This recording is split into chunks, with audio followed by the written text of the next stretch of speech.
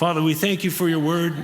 We thank you for your love, your mercy. We are fearfully and wonderfully made. And boy, it's amazing how when one of the network cables gets crimped, it's amazing how the rest of the nodes aren't so happy. And so, Lord, I pray, I thank you for the people I know who live constantly with this kind of pain, and yet they have joy. Lord, they have peace. I have a lot of respect for them. And then I think of, Lord, the brothers and sisters in Christ in North Korea and Iran and other places where they are constantly abused simply because they love your name. They can't sleep because they're in pain. And they accept it because you're greater. There is a life that is to come. This life will soon be past. As has been said, all that we do for Christ is what will last. And so, Lord, as we look at how you arrange the nations, you're not finished. And we have this sinking feeling in our hearts the United States is decreasing, that Europe and the kings of the East might increase. And so we wonder, Lord, at the timing of how long we have, and we desire to be found in the midst of your will.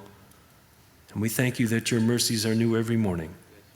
So how we praise you and how we love you and how we thank you, Lord, for being with us. And may your word open up and touch our hearts. And Lord, as we look at the evidence genetically that proves this chapter, how in the world in 1446 BC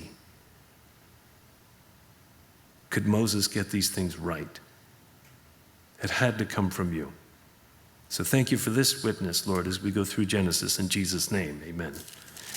Chapter 9, we learned of these three sons, verse 19 of Noah. Sorry, I'll clear my throat.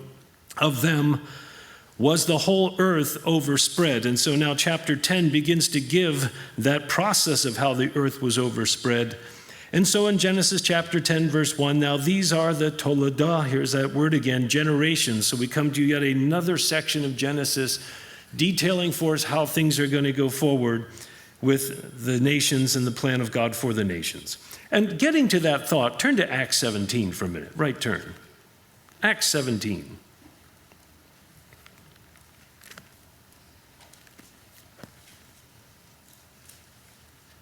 Paul is at the Areopagus, also known as Mars Hill in Athens. You can still go there today and stand on it. And it's right below the Parthenon, so you can see where he would reference the different temples. But in verse 24, he said, God that made the world, this is the question of philosophy, where am I from? God that made the world and all things therein, seeing that he is Lord of heaven and earth, dwelleth not in temples made with hands, neither is worshipped with men's hands. That's why we did a steel building. Keep it cheap. As though he needed anything. Seeing he giveth life and breath to all things. Here we go, verse 26. And hath made of one blood all nations of men. How many races are there? One. We just have variations within the kind. He's made of one blood all nations of men. Look at this carefully. For to dwell on all the face of the earth, and God hath appointed the times before, has determined, the times before appointed, and the bounds of their habitations. He has determined what nations rise and fall, when, where, and how. He's ultimately behind these things. So back to Genesis 10, these are the generations of the sons of Noah, Shem, Ham, and Japheth. Perhaps you've heard of them by now. There were unto them were born sons after the flood. Now daughters are also born, obviously, but the sons are recorded for sake of lineage. And so the sons of Japheth were Gomer. You thought that was, Gomer Pyle, but some of you third service forget it. You guys will have to Google Gomer Pyle and all that. But Gomer, which is the area north of the Black Sea, these are the Scythians, we think. The Scythians had some really amazing, they were very strong fighters, and they had some pretty bizarre sacrifice and worship. They would take their victims and sacrifice them and do some horrible things. But these guys were very much a warlord, war clan north of the Black Sea, normal Ukraine, even to the western edge of Russia to unite today. So Gomer, there was Magog, that's directly north of the Black Sea. How many have heard the name Gomer and Magog before? Where have you heard them? Ezekiel 38, which talks about an invasion coming from north of Israel in the last days, where Israel dwells safely, and they suddenly try to come in. These are the root nations of that invasion, and they are directly north of Israel, around the region of Turkey and north of the Black Sea, Ukraine, and western Russia. Madai, which most feel are the Medes, interesting, some historians feel the Medes really are covering the area of today, the modern-day Kurds, who are quite good at fighting. So the Medes, Madai, the Medes. Javan, which is actually Ionia, or the Greeks heading that way west into the Mediterranean. Tubal, which we believe to be the area of Turkey, also mentioned in Ezekiel 38. Meshech, which some offer, again, the idea of perhaps the root of Muskoi from Meshech, the idea directly north of Russia, the Muscovites, but we'll find out for sure as things unfold. Tyrus or Tyrus could either be the Etruscans or even the Thracians, kind of the area towards, again, going west of Turkey up towards even the Goths, some would argue. And the sons of Gomer were Ashkenaz, who is East Germany, Rithhaf. These are the Celts, not the Celts. In Boston, you watch the Celtics. But when you talk about the people group, they are the Celts. Celts. Try it. Good. That way you'll sound like you've done history. Celts, not the Celts, the Celts. So that's Celtic, not Celtic, unless it's green with a flower on it, a little whatever, and that's a basketball shirt. The Celts from that region. Yep, catching up. Torgama. Then we get to them, the area again of Armenia, we believe, again mentioned in Ezekiel 38, verse 4. And the sons of Javan were Elishah, which is the area of Greek and Cyprus, again heading west in the Mediterranean. Tarshish, which you've heard of. Who ran there, tried to escape? Jonah. When you run away from God, you pay for it. When you do what God says, he pays for it. He arranges the transport. Tarshish, the area of, again, heading towards Europe and Spain, really. Kittim, which is not only Cyprus, but is mentioned in reference in Daniel as to the area of Rome coming to defend their interest as Antiochus Epiphanes IV was seeking to come down and invade into Egypt, their breadbasket. Kittim, the area of Cyprus and Rome. Didonem is the isle, if we think of Rhodes, again, the Mediterranean region near Italy and Greece. So by these were the isles of the Gentiles divided. So if you're from those regions, Armenia and other places, you now know where you are from. And they're divided in their lands, everyone after his tongue and after their families and in their nations.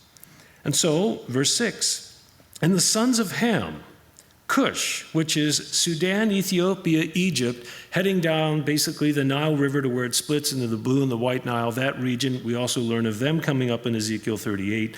But the Cushites, Ethiopia is kind of a blanket term. Mizraim, which is what Hebrew is used for Egypt. So it's Egypt. Mizraim is Egypt when you find it in Hebrew. Put or foot, that's Libya, we believe. Cana, perhaps you've heard of that land, who eventually occupied and took it over and given to him by God. The Israelis, so this is the area of Cana, what would be even including the areas of where the Philistines are in today modern Israel. The sons of Cush, Sheba, which is again the idea of in Africa, some say even Mauritania. Havilah, which is toward Yemen, again going down toward the peninsula. Sabteka, which is south coast of Arabia. See, aren't you glad you made it? Aren't you? You're like, yes, at last. I know.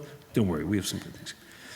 Ra'ama, which is, again, the area of Saudi Arabia, all tribal groups within Saudi Arabia. Sabteka, same thing. And the sons of Rama, Sheba and Dedan, whose names you will hear again throughout your Bible, again, the region of Saudi Arabia. And Cush, here this area of Ethiopia, begot Nimrod, or this, again, northern African region. Nimrod meaning rebellion or the valiant one or to rebel.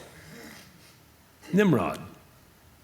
And we get a little description of Nimrod, unlike all the others. He was a mighty hunter before the Lord. And this idea, speaking of, he's got prowess and he's got, essentially military might. And he's a mighty hunter, but as we go through this and you read, for example, the Assyrians have their own history.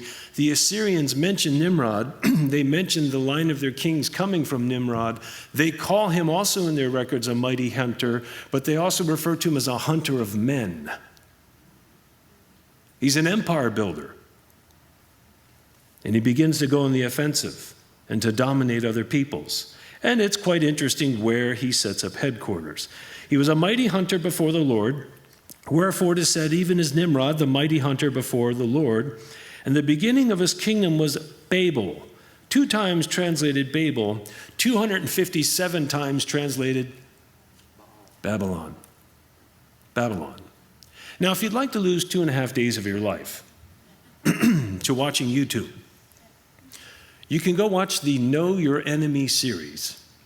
Know Your Enemy by the Fuel Project. Now, viewer discretion is advised because, number one, they go through the Inquisition, they go through times of periods of torture, they show some artist depictions of those things. They can be quite troubling to see what man will do to man. There are also some things in there from kind of the medieval art time where they will show from the 630s, for example, the idea of 72 virgins waiting for a shaheed who dies in a jihad, a martyr in Islam who dies in a jihad. And so there is some Renaissance sort of, middle-age kind of artwork that will have some nudity. So if those are some issues for you, it's today we'd be like, most of us, but it's there, and I give you that fair warning. However, if you watch the Know Your Enemy Fuel Project, if you just want to get kind of a sample, just go to there's 72 different sections to it. Go to where he talks about Nimrod and Babylon, and there he will detail the rise of Nimrod, who understood the way to control a people is to get political power, but also to dominate religious power.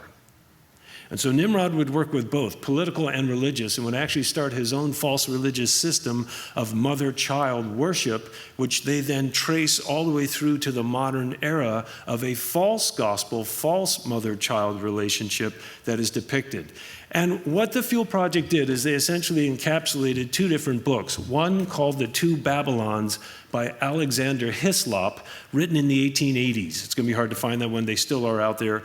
But he wrote about the two Babylons, Babylon and then how it influenced Rome. Then you also have Dave Hunt's book that came out in the last 15 years or so, A Woman Rides the Beast. And there Dave Hunt also details this rise of the Mystery Babylon system that starts ultimately with Nimrod in this false system and propagates all the way through even to showing signs and things of these to the Israeli Supreme Court, modern day. So it's a whole study that would take us a lot longer, and I said you'll lose 2.5 days. I've given you the caveats and the warnings. However, you might want to check it out because he does a really good job of taking those two books with other historical evidence, putting his arms around it, and giving you a picture of what's going on. Once you watch the series, you will not be able to look at artwork, monuments, and everything else the same again because you will begin to realize there are very clear messages embedded in them. But just putting that out there. So it's a decent series, and most people watch it, say it's great. Most everything is good. A couple things I'm like, but that's like anything. So some of you do that each Sunday. But I'll come back next week because he's got slides. Nimrod, the beginning of his kingdom was Babel, or Babylon, and Erech. What does that sound like? Iraq. Gold star, whoever got that one. Iraq, that area. Akkad, which is upper Iraq. Calneth, or Calnel. Sorry, it's got an H, I have a line through it. Calneth is actually south of Babylon in the land of Shinar. And this land of Shinar is where Daniel was carried away in 605, and Ezekiel was carried away in 597, and Daniel would write his prophecies from this region as he would travel among it as a governor. Out of that land, verse 11, went forth Ashur, which is the root of the nation you know as the Assyrians. And they builded Nineveh, which is the city that Jonah didn't want to go to. It was a massive city. And they built the city Rehoboth, that's not Delaware. Calneh, these are all areas within this region of Nineveh, the Assyrians. Calneh, it's argued, kind of south of Nineveh. Rehoboth eventually absorbed because Nineveh became such a giant city, apparently appended to it. Rezin begot Nineveh, and Rezin between Nineveh and Calneh, the same as a great city. So this is the modern base of the Assyrians. And Mizraim, which you now know as Egypt, especially when you read it in Hebrew, begot Ludum, which is again tribal within Egypt, and Anamim, which is the Thebians, we think, and Lahabim, which is again the area of Libya/Egypt, the border going west of Egypt into Libya, and Naphtulum, which is upper Egypt, again that region, as far as we think the coastline, and Pathrushim, which again upper Egypt, these are all tribal groups, Casluthim, which out of whom came the Philistines. The Philistines actually migrated into the land of Israel. And so when you have Yasser Arafat claiming that they're originally from the Philistines, the problem is they moved in there too, just for the record. So the Philistines and the Caphtorim, which is the region of Crete, seafaring people from which came some of David's mighty men known as the Cherethites, if you've ever seen them, they're part of that, Cherethites. Canaan begot Sidon, this is Tyre and Sidon, still on your maps, the firstborn, and Heth, and the Jebusite, who had a Jebusite stronghold, who had a king and a priest whose name was Melchizedek. We're going to meet him in a couple of chapters. How many of you loved history in high school? Let me see your hands. 2. How many of you loathed history in high school? Let me see. Well, the rest of you are lying. All righty. The Jebusites. David will take the Jebusite stronghold, turn it into the city of David, and just north of it will build the temple. Solomon will do the construction. And the Amorite, perhaps you've heard of them, the area of Jordan. The Girgashite within Israel. These are names you should know. The Hivite, the Archite, the Sinite. These are some of the nations driven out and judged by God ultimately when Israel comes in the land. The Arvadite, north of Tyre. And the Zamarite, which is the area of basically Phoenicia. And the Hamathite, which is again north of Syria into Lebanon. And afterward were the families of the Canaanites spread abroad. And the border of the Canaanites was from Sidon, you can know where that is on your Bible map, as thou comest to Gerar, even unto Gaza. Now Gaza was just a kingly city of the Philistines, not the entire strip that you know it as now on your map, just a city within that. Unto Gaza, as thou goest, and unto Sodom and Gomorrah. How many have heard that name? We'll be getting to them soon. They have found, since King James was put out and since our Bible came out, they have found cuneiform cylinders that named these cities in exactly this order long before Moses recorded them. We now know they're historic, and we have them from other historic writings greatly before Moses. Sodom, Gomorrah, Admah, Zeboim, and Lasha. We have these documented elsewhere now in secular records. These are true cities. These are the sons of Ham, after their families, and after their tongues, and in their countries, and in their nations. And you're thinking, thank God, 2 down, 1 to go. And unto Shem also, the father of all the children of Eber. Now, we're going to meet Eber in a couple of verses here, about verse 24.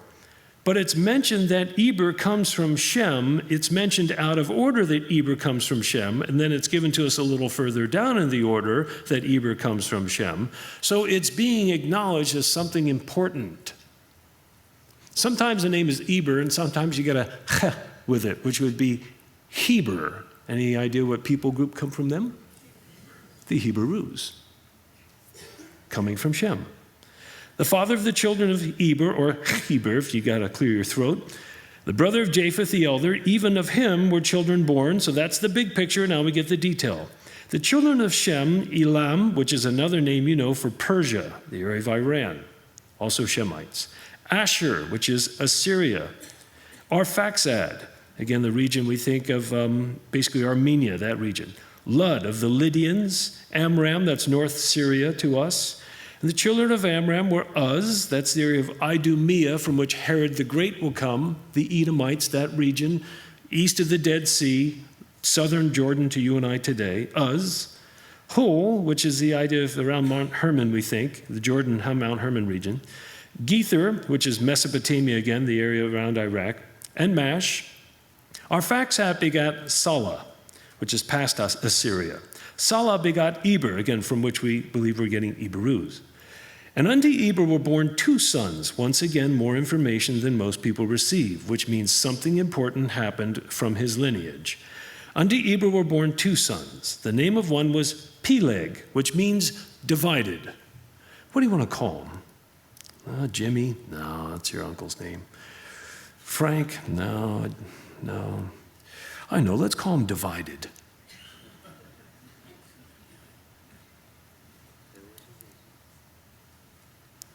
So why did they call him Divided?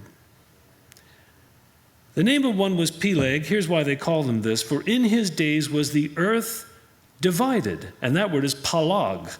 And that is to be divided. So Peleg was born when it palogged, divided. So it was a momentous event. Aren't you glad? Think of a momentous event from when your birth year. Aren't you glad you weren't named after that? So Peleg, when the earth was divided. And his brother's name was Joktan, which is the area of Arabia, but his name, Joktan, means smaller or shortened. So 2 things happened during Eber's sons' lives as they were born. Peleg was born, and things were palogging, and they said, well, that's it, he's Peleg, things have been divided. Joktan shows up, and they start going, man, everything's shortened, so he's in an age of Joktan. Shortened. We'll get back to these guys. Joktan begot Almodad, which is southeast Arabia, and Shalef, so again the region of Arabia, and Hazar Maveth, you try it.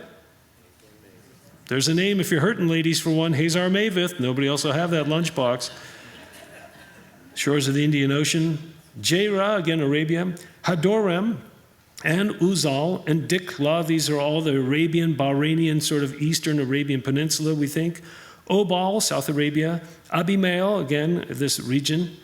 And Sheba, again, Arabia. And Ophir, who we heard had nice gold, if you remember your other Bible accounts, east of Arabia. And Havilah and Jobab. All these were the sons of Joktan, who meant shortened. And their dwellings was from Mesha, Arabia, as thou goest on the Sephar, a mount of the east. So Arabia moving east even into the areas of India. These are the sons of Shem, after their families, after their tongues, in their lands, after their nations. These are the families of the sons of Noah, after their generations, in their nations. And by these were the nations divided in the earth after the flood. So the question comes up, how and why were they divided? So that's today's set of slides. Hopefully these will help you. Hopefully these will work. Once again, it never fails that after I present something to you, I find something else. And so I can't just wait for another 9 or 10 years till we get to Genesis, because not that I'm setting a date, but I'm hopeful more than you know in this last week that maybe we'll be home with the Lord by then. But this thing washed up. Mystery prehistoric alligator fish. Huge jaws, razor-sharp teeth, baffles locals after Brit expat finds it dead on the beach. Bizarre fish, looks like an alligator, sparked a mystery. An expat found it in Singapore. The prehistoric creature, again, big jaws, razor-sharp teeth. They essentially said, hey, we think this thing is actually a fish that's native to the southern United States, and normally you find them 10,000 miles away. It's essentially another living fossil. So we keep finding living fossils all the time. So just give it time. Some really cool ones might turn up. Not that this isn't cool. I just hate to reel that in, because what do you do with it, right? So the first question, where does the Stone Age fit into the Bible? Well, there's another question. Who said we had a Stone Age? Well, because evolution says we went from amoeba to man, but we've tried to cover that. And then man had these different early transitional forms of men, which we've covered they don't have evidence for. And eventually they made simple tools and migrated, and they all wore cool half shirts like this and played with rocks, and that's where we all came from, right? So where does it fit in the Bible? We have a Stone Age, we have a Bronze Age, we have an Iron Age, we have an Industrial Age, we have a Nuclear Age, we have a Plastics Age, and you and I are living in the Information Age. So where did this fit in? Well, Shem gets off the boat, as we learned, had a bunch of sons. One of them was Peleg. But if you're Arphaxad, Shem's son, and you got to build something, where do you buy a hammer? Right? It's kind of like being shipwrecked. You get shipwrecked, and all you have are the materials that were on board the boat to go ahead and start making things. So as you start having a growth of population, and you have only, I don't think they stuck a Home Depot on deck 3, for example, on the Ark. I don't think they were thinking that far forward. Whatever tools they had, you see, when you have a Stone Age, it means you've gotten off the Ark, you're new to the land has been absolutely devastated compared to what you had had before, so you've got to survive, got to cut trees, got to do other things, so you need tools. The most readily available thing is stone. You craft them into different things that you need for tools and weapons and whatever. You use them for hunting, and you use them as long as you have to until you find iron ore, bronze, the other different metals that you need that you can again smelt and make into tools, cutting objects, and all that. So where it fits most naturally would be post-flood as they migrate, which you'll learn why they migrated. As they migrate and they go to these different territories and decide, hey, we're going to set up shop here, they get their tools, they get their things, they make their weapons, and they begin to get established, and when they find the metals they need, they begin to use them. That's a very simple progression. And before we write them all off as being incredibly simple, this is a 5,000-year-old crystal knife, razor sharp. 5,000-year-old crystal dagger found in an Iberian gravesite. It has an ivory handle. So it is dated to around the time of the flood. There are also a number of arrowheads that are crystal made with it, also very sharp. There are crystal cutting tools, as you'll see in the bottom, which were used to make it. The experts say this is the most technologically sophisticated ever to be uncovered in prehistoric Iberia. 5,000 years old, puts it right around the flood. It had whatever be uncovered in prehistoric Iberia would have taken enormous skill to carve, which I don't think they look like this then. enormous skill to carve. The artifact, which is about 5,000 years old, is nearly 8.5 inches long, was found along with 10 arrowheads, 4 blades, and a core for making weapons, all of which were rock crystal. The weapon's final resting place is far from the crystal mines, which suggests they belonged to an elite individual who paid a hefty price for the materials sourced and shaped. And they were polished. So this is stuff that we find that doesn't talk about being Stone Age and backwards. It talks about you use what you have until you can find what you want. And that's the story of life, isn't it? So the next question, post-flood, why do we have a continental shelf? And you're saying, well, what in the world's a continental shelf? Well, here's a picture for you. We have our current beaches today, but if you know you have kind of a sandbar that goes out or whatever, and then you get to what was called the drop-off. If you ever saw Finding Nemo, you know what a drop-off is, right? Because they talk about that. Continental shelf is where the ocean levels used to be and they were lower. Why is that important? Here it is again, continental shelf. These things where the oceans have filled up with melting ice over time, but these were the original or the older coastlines post-flood. What does that mean to you and me? Well, if you go to a map that pulls the water out of the oceans, you begin to find these continental shelves. This is the Gulf of Mexico. Here's the continental shelf. Florida could have had a whole lot more real estate. And all these others, this is what happens. Drop it about 150 feet, and you get here, Britain is actually connected to Scandinavia and Europe, continental shelf. Same thing with Iceland, these continental shelves. Drop the ocean about 150 feet, and you can actually walk from the Middle East all the way across to Asia, cross over from Siberia through the Bering Strait, come through Alaska all the way down through the United States, all the way down through Mexico, Latin America, all the way down to the tip of South America. You can actually walk from the Middle East all the way to South America if you drop the oceans about 150 feet. You can also walk all the way from Southeast Asia all the way down to Australia if you drop the oceans about 150 feet. So when the oceans were lower, what it gave to us were land bridges. Why is that important? Because the earth was overspread from the sons of Shem, Ham, and Japheth. They multiplied after their tribes, and then they were divided, as we were told about. The lands were divided in the time of Peleg. And so here we have these oceans that when they were lower, and we have the shelf to prove it, made land bridges so people could travel all the way even to the Hawaiian Islands and all the way through.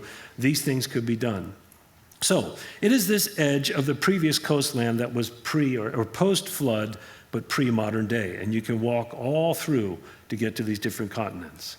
This found recently, June 29th, 2021, secret sunken continent may be hiding under Iceland. And so here, once again, they talk about if you have the oceans just a little bit lower, Iceland actually has a massive region, a territorial region, almost 230 square miles that they're missing that's now underwater, that used to be exposed.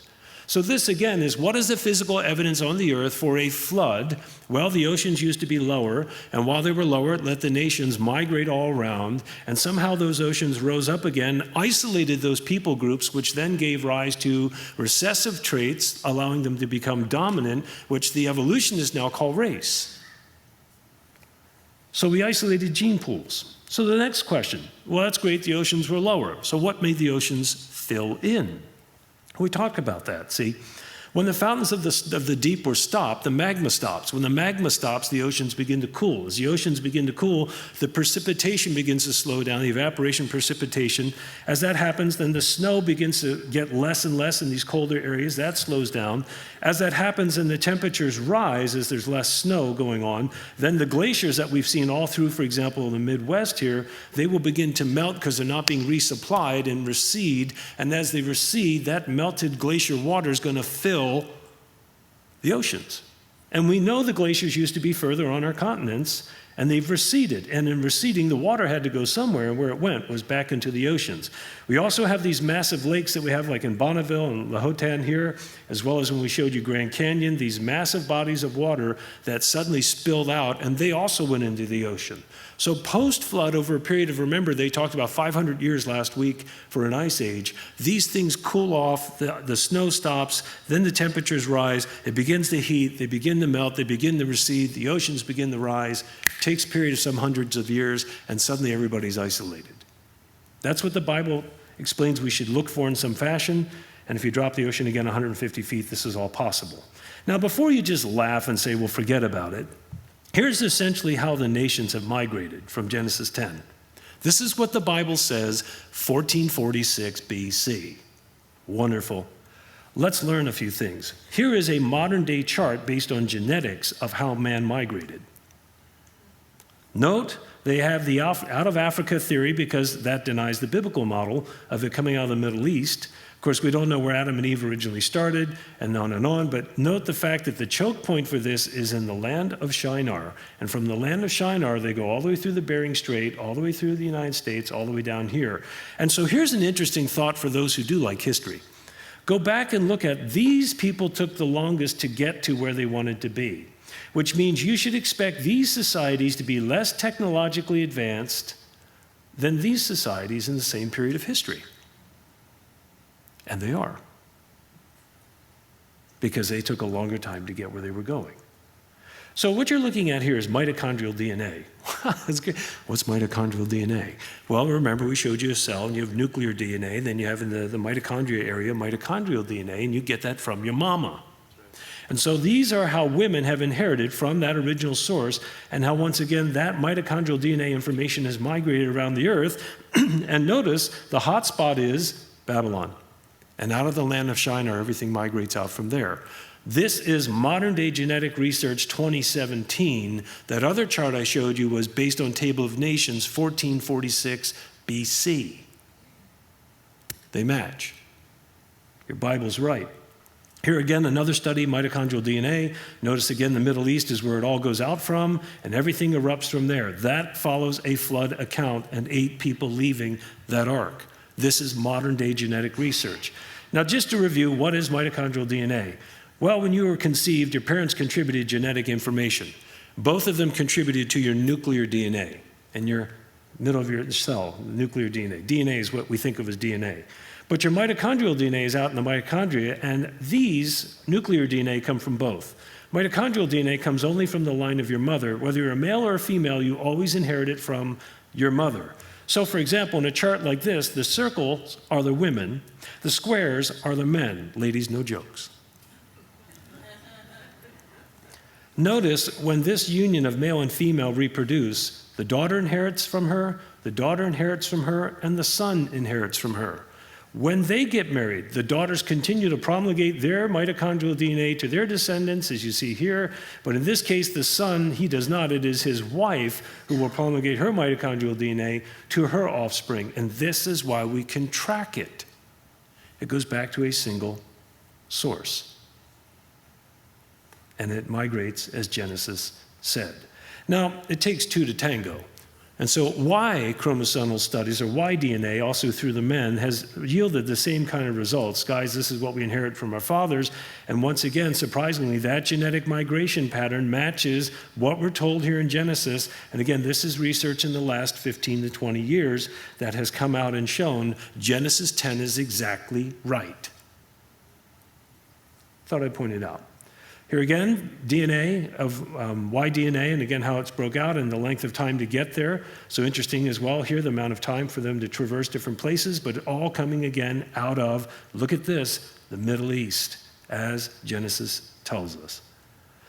So it pains them to do good old-fashioned genetic research that strongly supports your Bible. But it blesses us. Again, tracing human history through both, and here are the patterns of Y chromosomes as well as mitochondrial DNA.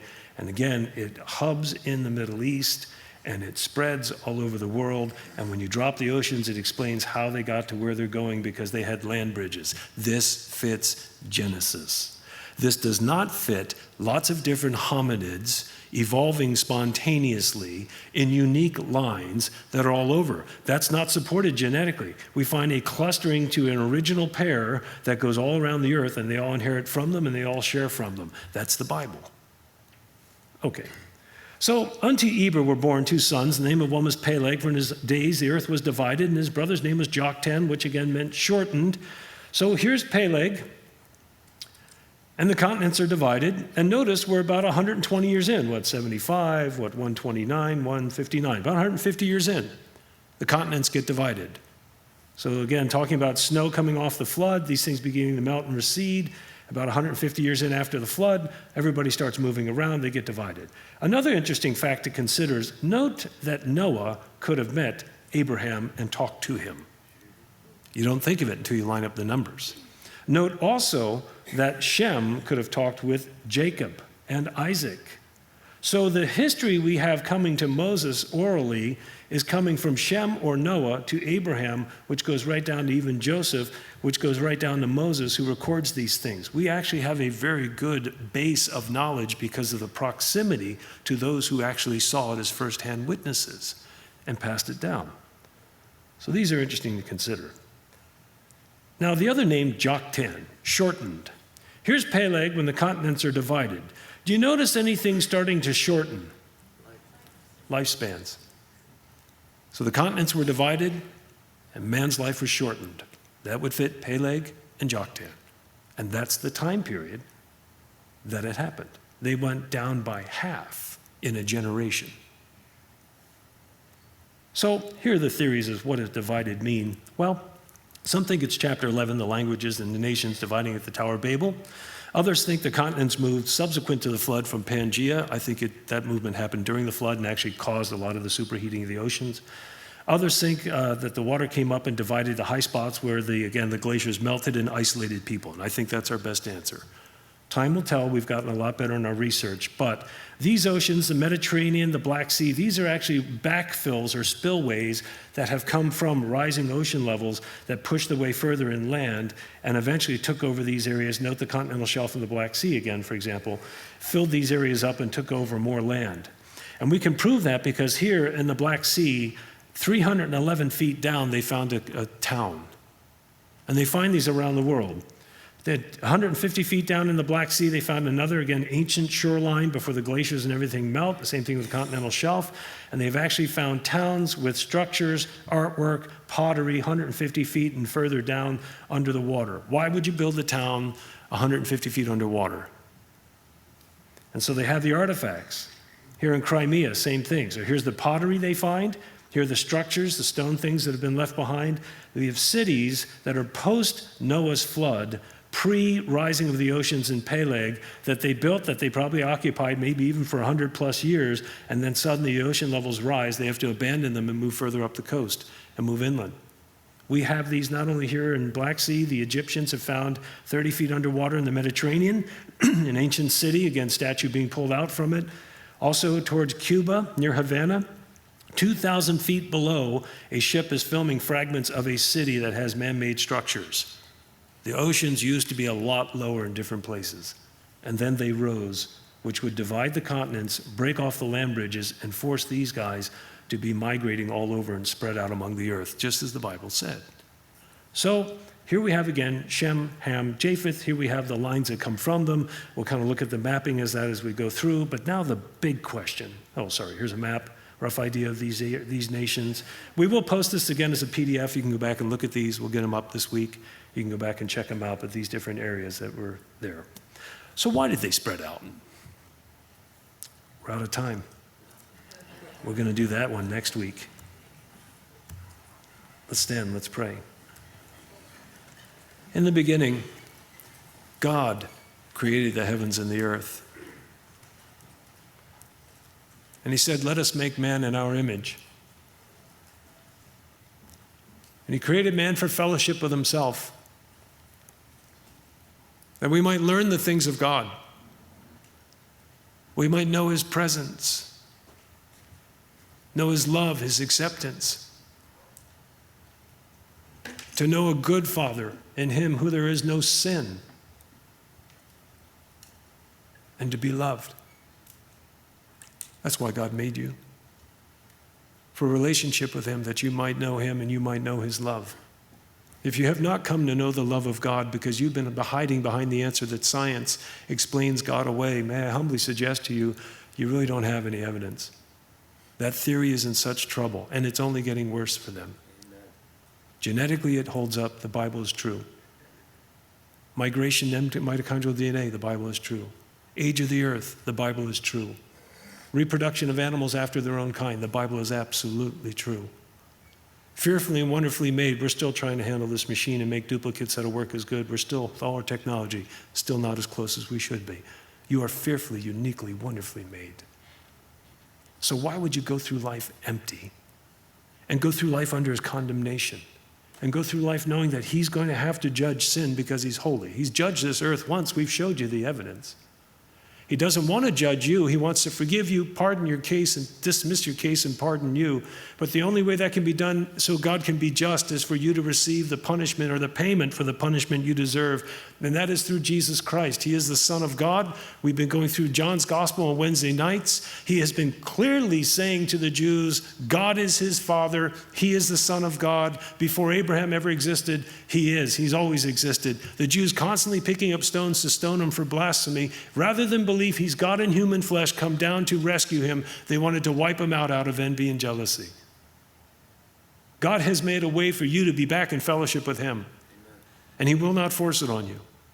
But he's going to give you enough evidence that he's going to leave you without excuse, that on the day you stand before him, you can't say, I didn't know, or I wasn't sure. He built a conscience into you. He gave you a witness of natural revelation. And if you've tuned in at all to Genesis, what you've used of so-called science has its own agenda, and it's lacking horribly evidence to support its points.